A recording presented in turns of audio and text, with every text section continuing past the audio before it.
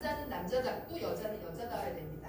하지만 우리는 그렇게만 고정돼서 살고 싶어 하지 않잖아요. 얼마든지 다른 존재가 되어가면서 내가 이 틀 안에서만 답답하게 갇혀 사는 존재가 아니라 더 넓고 확장하고 서로 교감하는 그런 존재가 되고 싶어 하죠. 그래서 되기는 다른 존재와 공명을 하면서 함께 되는 그런 과정으로 변화해가는 존재, 바로 이것이 되기의 과정이다, 이렇게 얘기합니다. 그러다 보니까 존재는 어떤 방식으로 계속 변화해 나가느냐, 우리의 존재 자체가 권위정이 갑자기 권위정 아닌 게 되는 건 아니고요. 권위정은 여전히 권위정인데요. 여기 이렇게 모여있을 때 철학을 소개하는 동시를 헤매고 있는 한 명의 이 철학자를 안내해주는 사람이 되는데, 제가 교실에 가면 우리 학생들의 교사가 됩니다. 관계 속에서 교실에 있을 때, 극장에 있을 때, 학생을 만날 때, 관계를 만날 때, 이렇게 나는 상황 속에서, 맥락 속에서, 관계 속에서 계속 다른 역할을 해나가면서 나 스스로도 성장합니다. 바로 이걸 아장스망이라고 얘기하는데, 영어로는 배치다, 배치를 다시 한다고 이런 식으로 표현을 합니다. 불어로 표현해서 아장스망이고, 들레즈가 프랑스 사람이라 저런 개념을 씁니다. 그러니까 존재는 배치를 통해서 아장스망으로 새로운 것이 된다 라고 얘기를 합니다. 그래서 사물은 관계와 배치 속에서 존재한다. 지금은 조금 재미없으시죠? 조금 있다가 시에서 이 아장스망이 어떻게 나오는지, 아마 들레즈가 이 동시집을 보았다면 내가 이렇게 어려운 말 할 필요가 없었잖아, 이렇게 생각할지도 모르겠습니다. 그때 또 다시 말씀을 드릴게요. 그래서 전체, 그러면 나는 그러한데 너는 어떻게 존재하느냐, 이 전체 존재의 세계를 리좀의 세계라고 얘기합니다. 리좀이 불어로 우리 왜 고구마 이렇게 쭉 이렇게 하면은 이렇게 땅속줄기처럼 이렇게 계속 덩글덩글 하잖아요. 나무의 구조가 아니라 죄송합니다. 나무의 구조가 아니라 리좀의 구조다. 그러니까 땅속줄기, 고구마 줄기처럼 쭉쭉쭉쭉 이어지는 게 바로 리좀입니다. 이걸 불어로 리좀이라고 하더라고요.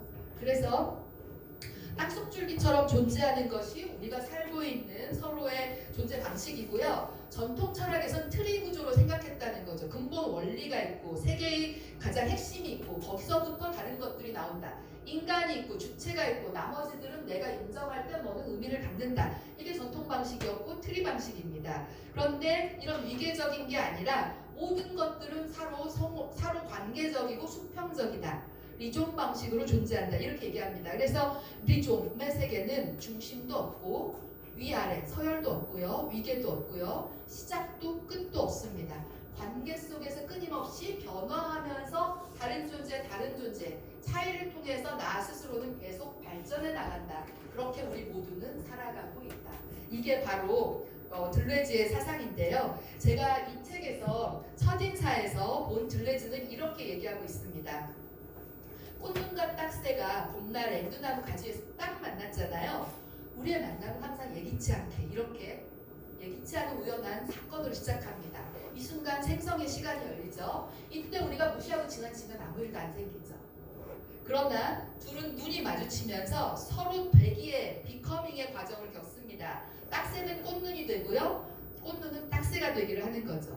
서로의 관계 속에서 서로 꽃눈을 인식한 나, 받아들인 나, 딱새를 받아들인 나가 서로 되어가는 거죠. 그래서 되기란 서로 공명하는 거고, 함께 마주보고 받아들이면서 진동 속에서 새로운 존재가 되어간다 라고 얘기를 합니다. 그리고 알 수 없는 신호를 자기들끼리 주고받았잖아요. 인간 중심의 언어 체계보다 순수한 생명의 대화는 감각적 리듬이 더 중요하다고 얘기합니다. 이거 들레즈가 얘기한 건데요. 바로 이 순간 이게 바로 들레즈가 말한 언어보다 감각이다, 논리보다 생명이다. 네, 바로 그거를 이렇게 표현했어요. 들레즈가 이 시를 안 본 게 다행일까요? 내가 이렇게 어렵게 얘기한 걸 이렇게 몇 줄의 그 글로 한 번에 단박에 우리를 안내하고 있지요. 그래서 감흥적으로 대화하는 바로 이런 관계가 리좀적 소통의 방식이다 라고 들레즈라면 아마 해석을 했을 것 같습니다. 마지막, 그 리좀적 관계로 서로 소통하고 나니 둘의 상태는 어땠느냐? 딱 좋았습니다. 그렇죠? 서로 새로운 존재로서 너를 받아들인 나로서 관계가 형성된 우리 사이에서 기쁨의 관계로 새롭게 나은 거죠. 그래서 존재가 스스로를 열고 타자와 만나서 변할 때 우리는 기쁩니다. 이렇게 만날 때 새로운 세계는 더 건강하고 즐거운 세계가 되는 거죠. 자, 그래서 둘레지한테는 이 첫인사 시는 사이의 축제입니다. 그리고 만남이라는 거는요, 단순한 시작이 아니라 새로운 우리를 바꾸는 새로운 모험이죠. 그래서 이제 우리가 이 자리에서 누군가와 눈이 딱 마주쳤다면, 서로 마주쳤다면 이건 우연이 아니고요. 노사연의 노래처럼요, 우연이 아니고요. 우리 모두가 방금 전보다 새로운 존재로 조금씩 더 새로워지고 있는 중이라고 볼 수 있겠습니다. 네, 그 다음은요, 두 번째 코너입니다. 이번에는 두 번째 제가 테마로 잡은 거는요, 말하는 존재들. 이제 모든 사물들, 아까 백지지한 존재로 모든 존재들은 객체로 존재한다, 동등하고 평등하다 했었죠. 그러니 인간만 말할 리가 없잖아요. 그들도 말합니다. 그리고 세상에서 이 작은 존재들이 서로의 자기 얘기를 하고 있을 때 이걸 듣는 귀가 있고 듣지 못하는 귀가 있겠지요. 그러나 이 시는 우리에게 그들이 뭐라고 했는지를 안내합니다. 자, 그래서 이제부터 들어볼게요. 우리가 무심히 지나친 빵, 병, 망치, 비누가 뭐라고 하는지 이제부터 들어볼 건데요. 이 작은 존재들의 목소리, 그래서 조용하고 유쾌하게 속삭이는 이 세상의 이야기에 우리 모두 귀를 대보겠습니다.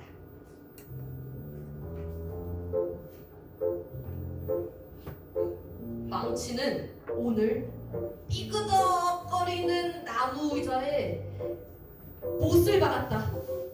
못을 박는 동안 의자는 아프다고 비명을 질렀다. 의자를 고치고 나서 망치는 노래를 부르고 책을 읽었다.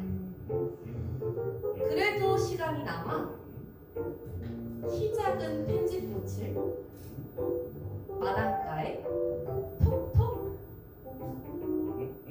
다가 심었다. 일을 마치자 편지에게 봄비가 찾아왔다. 네, 우리 부지런하고 바쁜 망치인데요. 일기까지 썼습니다. 방금 만났던 그 들레즈가요, 이 망치를 본다면 이게 바로 아작스마이구나, 이게 바로 대기이구나를 단박에 설명을 할 텐데요. 지금 여기서 망치는 자기 삶의 주인공입니다. 하루를 꽉 채워 살았습니다. 뭘 하고 있었냐면요, 공부하면 예술가이고요, 문학하는 노동자로 살았습니다. 그래서 이곳에서 망치, 의자, 꽃, 봄비를 만나면서 이 다른 존재들과 이중적 관계 속에서 자기 생명을 자기 주인으로서 행위를 했습니다. 그래서 이 시는요, 비인간적인 생명력들이 가진 모두의 노래가 한 편 안에 다 들어와 있죠. 근데 여기서 일단 이 시의 주인공은 망치잖아요. 망치는 무엇을 하고 있었느냐? 노동자 되기를 했습니다. 그리고 노래를 했죠. 가수 되기도 했습니다. 독서를 했죠. 그 다음에 의자 되기를 했습니다. 의자에 망치질을 했고요. 그 다음에 책 되기를 했고요. 식물 되기를 했고요. 봄비 되기를 했습니다. 그래서 마지막 이 생성의 과정에는 혼자 이렇게 열심히 뭔가를 한다고 되는 게 아니죠. 상대도 응해야 되잖아요. 의자는 아야 하고 소리를 쳤고요. 펜지는 열심히 살려고 노력을 했고 그 모든 것들을 반응해서 봄비가 내려서 만물을 도왔습니다. 자, 이렇게 봄비가 찾아오면서 이 되기, 서로가 되어가는 과정, 생성의 과정을 완성시켜 주었습니다. 그래서 이 봄비는 펜지를 도울 거고요. 펜지는 망치가 심었고요. 이 펜지가 자라면 빈병에 꽂힐 거고요. 이런 식으로 우리 모두는 서로가 되기의 과정 속에서 리종적 순환을 하게 됩니다. 이게 세상이 존재하는 방식이다. 이게 바로 둘레즈가 얘기하고자 했던 겁니다. 자, 이번에는 다음 시로 넘어가겠습니다. 망치보다는 가벼운 존재인데요. 우주를 품고 있는 사물이 등장합니다. 보이시죠? 바카스 빈병입니다. 버려진 병이 한밤의 손님을 맞이하면서 빈방이 되는 이야기인데요.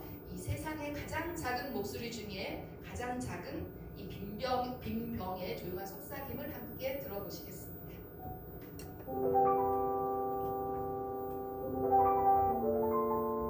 뚜껑이 닳아난 상태로 옆으로 누운 채 버려져 있던 바카스의 빈 병한테 귀뚜라미가 찾아왔다.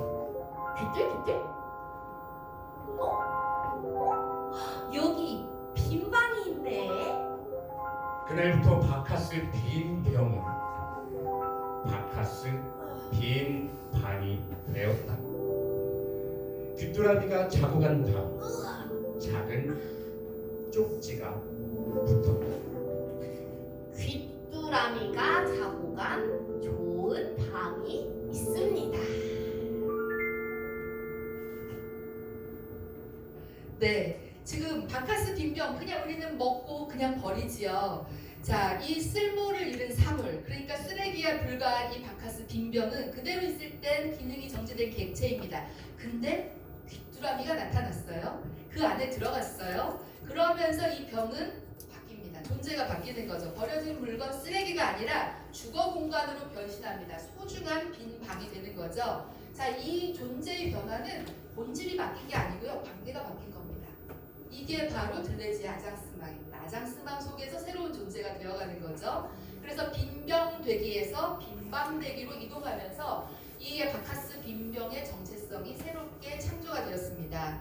자, 그래서 마지막에 귀뚜라미가 자고 간 좋은 방이 있습니다 라는 간판을 걸었죠. 자, 이거는요 앞으로도 이 바카스 빈병에 누군가가 찾아올 거라는 걸 예상했기 때문에 써놓은 것이겠죠. 또 다른 관계의 가능성을 열어두고 있습니다. 그래서 이거는 바로 무한한 또 다른 생성의 시작이고요. 새로운 리종 관계의 확산입니다.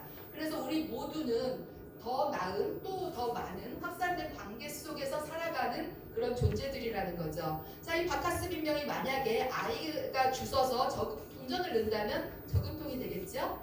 들꽃을 꽂아놓는다면 꽃병이 되겠죠. 그 다음에 재활용로에 들어간다면, 용광로에 들어간다면 뭐 유리병이 앞으로 이제 유리되기가 되겠죠. 이렇게 존재는 멈추지 않고 고정되지 않습니다. 끊임없이 변화하면서 관계 속에서 새롭게 창조되는 겁니다. 그래서 이 바카스 빈병 덕분에 우리는 우주 속에서 수없이 변신하면서 살아가는 조용한 존재 철학자를 만날 수 있었습니다. 자, 이제 바카스 마시고요. 버리실 때요. 한 말씀 해주세요. 좋은 여행 되세요. 이렇게 인사해 주시기 바랍니다. 자, 이제 다음 시로 넘어가겠습니다. 이번에는요. 유리병보다 훨씬 더 전기적 존재들입니다. 세상을 깨우는 두 친구, 천둥과 번개인데요. 이번에는 사물도 인간도 아니고 순간 에너지와 존재들이 벌이는 철학적 대화입니다. 천둥하고 번개도 철학적 대화를 해요. 자, 이제 숨을 고르시고 폭발적인 만남 속을 함께 들어가 보시겠습니다. 천둥과 번개 구름 동네 아래 윗집에 살아요. 둘은 사이가 좋아서 같이 일하지요. 함께 빛과 소리를 만들죠. 번쩍거리는 빛과 구르팡 이라는 소리를 만들죠.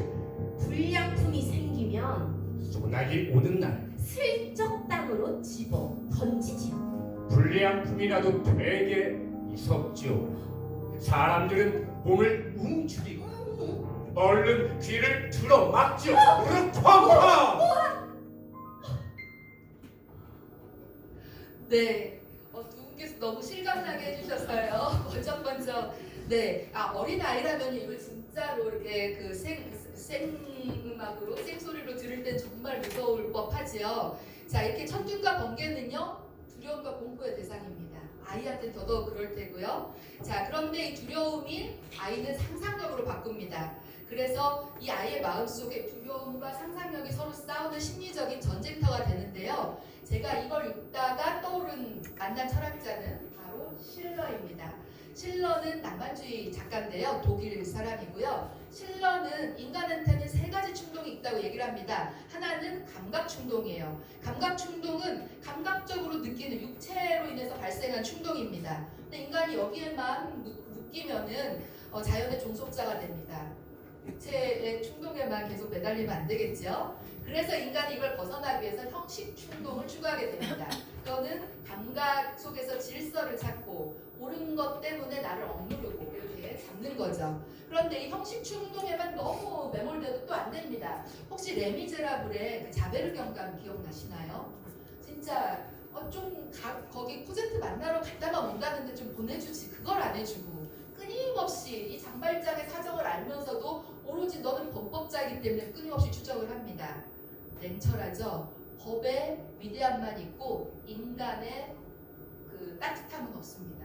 그런 존재가 나중에 장발장이 구해준 것 때문에 자기 세계가 무너지는 것을 겪고서 스스로 자살을 선택하죠.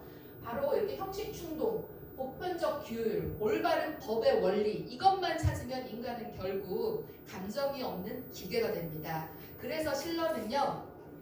세 번째 충동, 유의 충동이 필요하다고 생각합니다. 감각의 생동감, 이성의 질서 이 두 가지를 조화시키고 결합시켜주는 인간의 세 번째 충동 그게 바로 유의 충동입니다. 이 유의 충동이 바로 놀이하려는 충동이고요. 이 놀이를 통해서 자유로워지고요. 무서움과 공포, 딱딱함과 엄숙함을 다 버무려서 스스로 자신의 삶을 새롭게 창조하게 된다는 거죠. 그랬을 때 인간은 자유를 느낀다 이렇게 얘기를 합니다. 그러면 이 시 안에서 그 실러는 뭐라고 얘기할까요? 번쩍거리는 비를 울리는 소리, 공포의 대상이죠. 감각 충동의 상태입니다. 이때는 자연 앞에서 하나 없이 작은 나일 뿐이죠.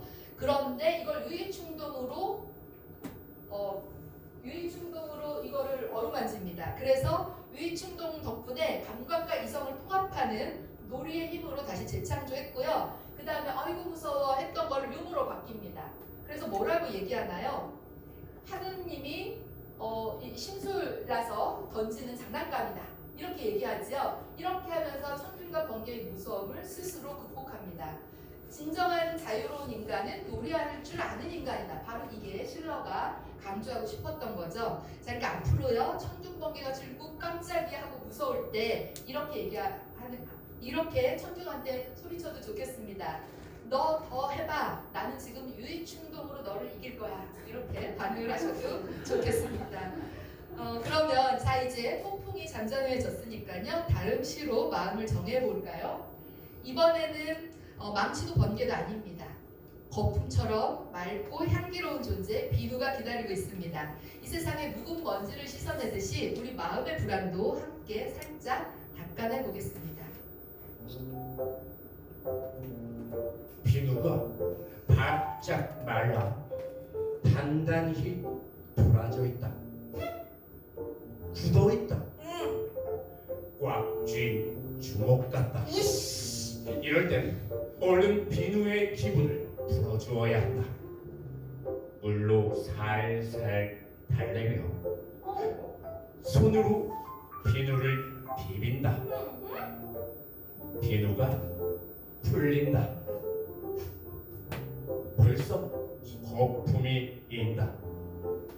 비누의 옆구리를 살짝 간지리니 비누가 깔깔 웃는다. 비누 웃는 소리 들어보셨나요? 네, 처음엔 이 비누 굳어 있었죠. 마치 바짝 말라도 꽉 주먹처럼 부르르 하고 뭉쳐 있었습니다. 근데 누군가가 살살 달래고요, 물을 적시고 옆구리를 간질간질 해서 이제 모든 것이 풀어졌습니다. 자, 이 경직된 세계가 잠시 풀린 이 상태, 이 순간은 사물이 비누도 자기 얘기를 하는 바로 그 순간입니다. 제가 이 순간 만난 철학자는요, 바흐진입니다. 러시아의 작가인데요. 바흐진의 대표적인 그 사상을 한마디로 얘기하면 카니발리즘입니다. 카니발을 분석하면서 인간의 문명과 인간의 본질을 설명을 했는데요. 중세 유럽에서 이 카니발 축제, 왕을 조롱하고요, 사제와 농부와 역할을 바꾸고요, 몸을 해방시키고요, 음식과 성적 이미지를 자유롭게 막 남발하면서 표현해도 다 허용이 되는 그 축제의 기간입니다. 이때는 신성한 것, 높은 것, 권위 이런 것들을 다 뒤집어 버리고요, 금지된 것을 뒤집으면서 모든 사람들을 한바탕 웃고 그리고 해방감을 만끽합니다. 바로 이 카니발을 분석하면서 웃음이 바로 핵심 코드다라고 바흐진이 얘기합니다. 민중은 이렇게 웃으면서 세계를 정복시키고 새로운 질서를 만났다는 거죠. 자, 그러면 이 비누 안에서 어떤 일이 벌어졌느냐? 굳음에서 웃음으로 비누가 바뀌었지요. 이거는 딱딱하게 굳은 권위에서 생명을 다시 되찾았다는 뜻이고요. 경직되었던 거에서 비틀림을 살살살살 간지럽지 겪었잖아요. 비틀림을 겪었다는 거고요. 그 결과 억압에서 감각적으로 해방돼서 거품이 마구마구 일어난 유연한 게 되었던 거죠. 바로 이게 고정에서 갱신, 새로움으로 나아가고 폐쇄에서 재생으로 나아간 바로 그 과정을 설명하고 있습니다. 지금 비누가 겪은 것이 바로 카니발이었어요. 그래서 웃음은 진지함의 반대가 아니라 진리의 또 다른 얼굴이고 바로 그렇기 때문에 웃음은 철학의 또 다른 얼굴입니다. 지금 비누는 철학하는 비누였어요. 바로 철학하는 비누의 웃음을 들어보셨습니다. 자, 이제 우리는 세상의 웃음을 한 번 더 들어볼 차례인데요.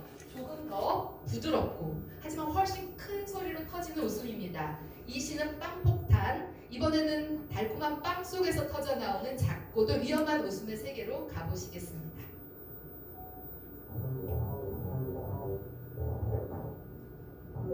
빵 폭탄. 빵 속 째깍째깍 초침 소리 들리지? 종말을 향해 달려가는 빵 시한 폭탄. 겉은 부드럽고 속은 말랑말랑한 저게 더 위험해. 달콤한 빵 속에 빨갛고 파란 두 가닥 도화선이 숨어 있을 거야. 건들면 빵! 터질 거야. 빵 폭탄 해체 전문가는 9살이야. 오후 3시에 학교에서 돌아와. 학교 다녀왔습니다. 그때까지는 빵 접시에 손대지 마. 누가 내 빵에 손댔어? 무서워. 네, 식탁 위에 평범한 빵이 아이 상상 속에서 도화선을 숨기고 있는 시한폭탄이 되었습니다. 자, 여러분은 빵 속에서 방금 째깍째깍 초침 소리 들으셨나요? 우리는 못 들어도 아이는 듣습니다. 그래서 아이는 이 소리를 듣고서 이 빵을 다른 존재로 바꾸고 있는 거죠. 자, 제가 여기서 만난 철학자는 하위징하입니다. 하위징하는 대표 개념이 놀이예요. 인간의 본질은 놀이하는 데서 나온다는 거죠. 우리는 인간을 규정할 때 이성적 존재, 도구적 존재 여러 가지 규정을 하는데 바로 하이징하는 놀이하기 때문에 인간이다 라고 얘기하면서 인간의 모든 문명이 놀이하다가 만들어졌다 라고 분석을 했습니다. 인간은 노동을 하기 때문에 인간이 아니고 이성이 있어서 인간이 아니고요. 놀이하기 때문에 인간이다. 그래서 우리가 생각하기 이전에 원래부터 우리는 놀았던 존재다. 이걸 강조합니다. 놀이가 문화, 예술, 법, 종교, 철학 모든 것을 놀이가 바로 발생시켰고요.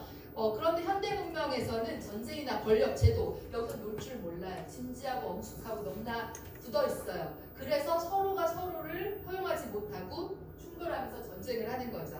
그래서 이 놀이 속에서 우리는 상상, 창조, 유의를 할 수 있기 때문에 유연해지고 그 다음에 더 나은 존재가 된다는 거죠. 자, 이 빵폭탄 안에서 하이징하가 뭐라고 얘기하고 있는가? 하이징하는 놀이의 놀이하는 인간에서 5가지의 놀이 특징을 얘기합니다. 놀이는 자유롭대요. 누가 하라고 해서 한 거 아니죠. 소꿉장난, 내가 하고 싶어서 자발적으로 했습니다. 규칙성, 그 안에서 규칙이 있어요. 너는 엄마 해, 나는 아빠야. 자, 여기 김밥 먹어. 이거는 그러기로 하는 겁니다. 우리끼리 규칙을 정하는 거죠. 그리고 비일상성, 현실과 분리된 놀이의 공간입니다. 이 공간을 마법의 원이다라는 개념으로 설명하는데요. 요 원 안에 들어가면 그러기로 하고 우리끼리 현실과 분리됐지만 왜 우리 원형적 사고, 이런 세계관 이런 얘기 하잖아요. 그런 것처럼 그 안에서는 그 규칙으로 하기로 하자 이렇게 하는 겁니다. 자, 그러면서 이 놀이를 할 때 가짜일 줄 모르기 때문이 아니라 오히려 가짜인 줄 알기 때문에 일부러 진실로 합니다. 모르고 하면 바본 거죠. 이건 일부러 하는 거죠. 그래서 재미를 느낍니다. 그 안에서 새로운 의미와 질서를 만들고요. 자, 빵폭탄 안에서 어떤 일이 벌어졌느냐? 아이가 자유로운 상상으로 현실을 진지하게 뒤집었습니다. 빵폭탄 해체 전문가는 9살이야. 나죠, 나 9살다. 그래서 이 세계 아이가 만든 이 빵은 폭탄이다 하고 아이가 규칙을 정했습니다. 그리고 3시 이전에 아무도 손대지 마 하고 규칙도 아이가 정했죠. 이 상상의 공간에 마법의 원 안에선 3시 이전에 절대 손대면 터집니다. 그 다음에 빵 속에 초침 소리가 들린다고 했죠. 어른한테는 먹을 건데 아이한테는 임무와 모험의 대상이 됩니다. 그래서 진지하게 상상과 몰입을 하죠. 그래서 현실의 빵이 폭탄이 되고 아이는 이 빵의 의미를 새롭게 재창조합니다. 이제 집에 가셔서요, 빵을 보시면 그냥 드시면 안 됩니다. 이건 언제 터질지 모르는 폭탄이니까요. 살살살살 하고 바랍니다. 자, 이번에는요, 세 번째 코너입니다. 유쾌한 정보. 이 사물들이 각자 자기 얘기를 하면 결국은 우리가 그동안 알고 있던 세계와 질서가 뒤집히겠죠. 그들이 우리에게 유쾌한 정보, 즐거운 반란을 하고 있는 현장으로 가보시겠습니다. 자, 우리 시인은요, 제가 보기에는 이렇게 묻고 계신 것 같아요. 세상은 꼭 우리가 알고 있던 그런 방식으로만 움직여야 할까? 자, 이렇게 물으시는 바로 시인의 저는 들었어요. 제 익숙한 세계가 이렇게 흔들릴 때 그때 우리는 다른 눈으로 세상을 보게 됩니다. 그래서 사물들이 인간을 놀래게 하고 세계가 살짝 뒤집히는 그 순간 이 반란의 무대로 우리 함께 들어가 보시겠습니다.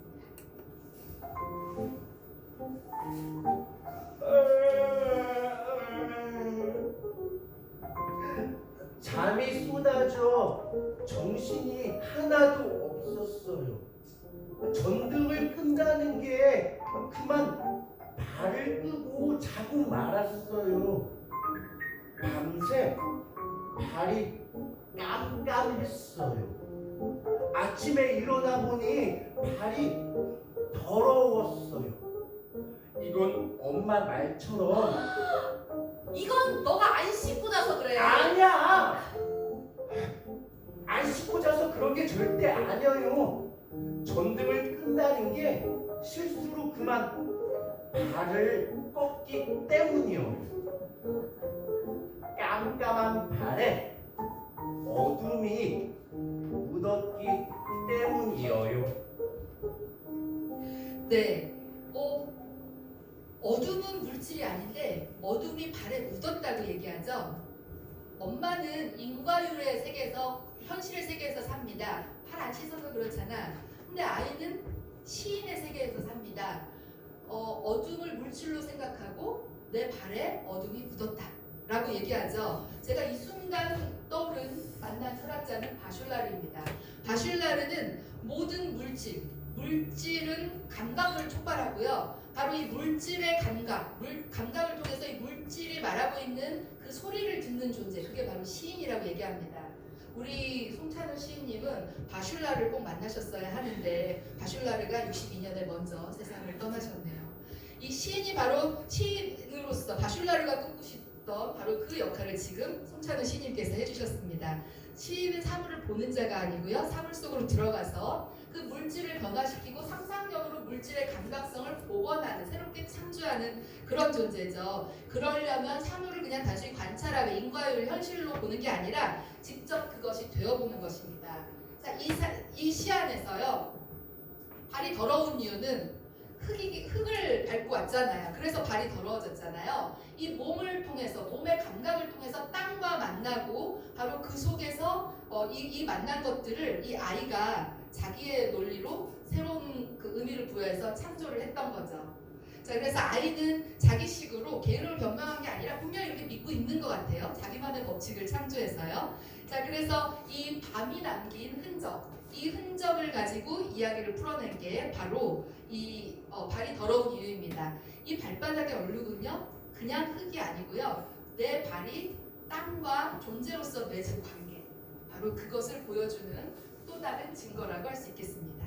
자, 이제 발끝의 어두움을 살짝 털고요, 조금 더 익숙한 세계로 가보시겠습니다. 우리 집 소파예요. 그리고 발이 아니라 우리 아빠 이야기입니다.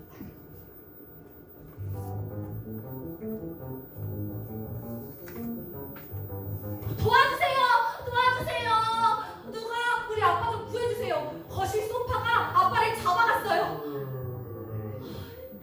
푹신푹신한 소파가 아빠의 볼록한 뱃살을 노린 게 틀림없어요.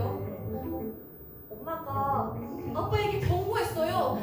맨날 소파에서 뒹굴거리면 소파에게 잡아먹힌다 라고요. 엄마의 경고가 진짜 현실이 되었어요.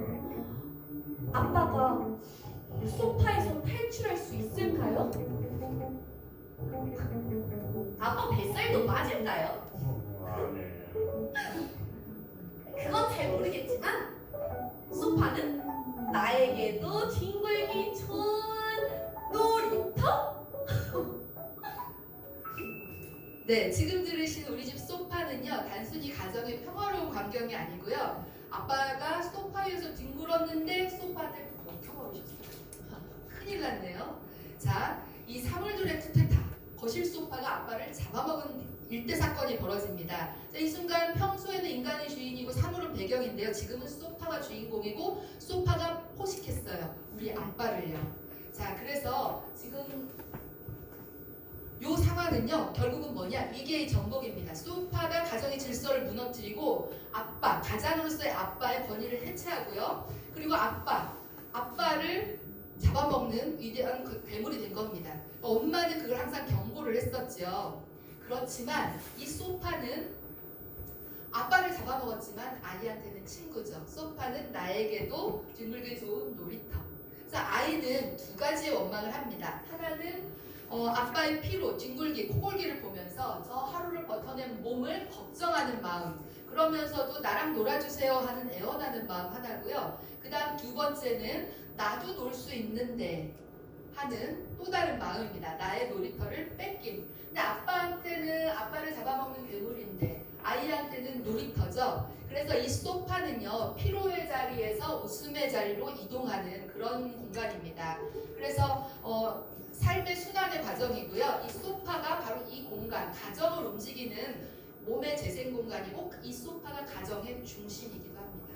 사실 그렇죠. 거실에 제일 큰 자리에 소파가 있고요. 이 소파는 우리 모두가 항상 몸을 맞대고 항상 같이 뒹구는 공간입니다. 바로 이 소파를 통해서 가족의 피로를 비틀어서 삶의 재생하는 모습을 웃음으로 표현한 게 바로 이 우리 집 소파인 것 같습니다. 자, 그러면 이제 집에 가셔서 소파에 앉으실 때 조심하세요. 소파가 이미 거실의 주도권은 소파한테 갔잖아요. 사물은 결코 잠들어 있지 않습니다. 조용히, 은근하게, 꾸준하게, 끊임없이 언제나 우리에게 자기 얘기를 하고 있다는 걸 잊지 마시기 바랍니다. 자, 이번에는 포식하는 소파에서 벗어나서요. 한입 크기의 조그만 세계.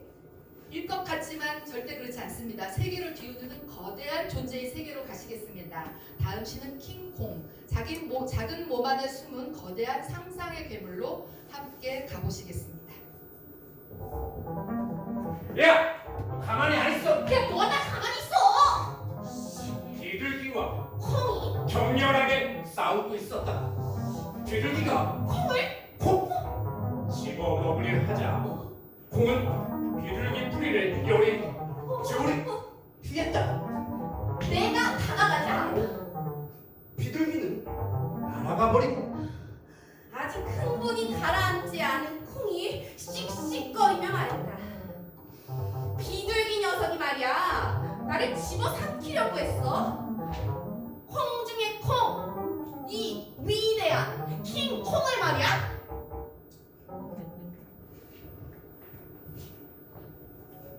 네, 지금 비둘기한테 잡아먹힐 뻔한 콩이 요리조리 피해서 살아남은 다음에 당당하게 외치는 소리 들으셨죠? 나는 콩 중에 콩, 위대한 킹콩이야. 이거는 세상에 던진 위대한 자기 선언문입니다. 네, 이 순간 철학사에서 남을 만한 이런 엄청난 선언을 하고 있는 조그만 콩알을 보면서 바로 이 사람이 떠올랐습니다. 니체인데요. 니체는 망치를 든 철학자라는 별명이 있습니다. 망치는 뭔가요? 막 두드리고 깨부수는 거죠. 못을 받기도 하지만 깰 때도 쓰잖아요. 기존의 모든 전통 철학을 다 뒤집어서 깨버리겠다, 부숴버리겠다, 그리고 성공한 철학자입니다. 그래서 기존의 도덕이나 기존의 가치체계, 전통의 철학은 우리를 너무 얽매이게 한다. 신을 내세우고 도덕을 내세우고 제도를 내세워서 우리한테 항상 끊임없이 이렇게 살아라 라고 감옥을 주었습니다. 그래서 그것들의 최상위에 있는 가치 신을 대표 주자로 삼아서 신은 이제 죽었다. 우리는 모두 다 자기 스스로를 창조하는 자신의 주인이다 라고 외쳤던 그런 철학자입니다. 그래서 바로 자기를 넘어서서 자기 스스로를 만들어내는 존재, 그걸 초인이라고 했는데요. 그래서 또 다른 두 번째 별명은 초인의 철학자라고 얘기하기도 합니다. 보통 위버맨시 해서 니체가 쓴 그 독일어 그대로 표현하기도 하는데요. 이 초인을 강조하죠. 바로 여기서 킹콩이 나는 위대한 킹콩이야 하지요. 바로 그 순간입니다. 니체를 조금 더 보시면요. 니체는 두 가지 인간을 비교합니다. 하나는 아폴론적 인간이고 또 하나는 디오니소스적 인간인데요. 둘 다 그리스 신화에 나오는 존재죠. 아폴로는 이성과 질서를 상징합니다. 기존 질서, 전통의 가치죠. 디오니소스는 술의 신, 축제의 신이에요. 그러니까 이성보다 감성, 풀어짐, 해체, 열정 이런 것들이 더 중요합니다.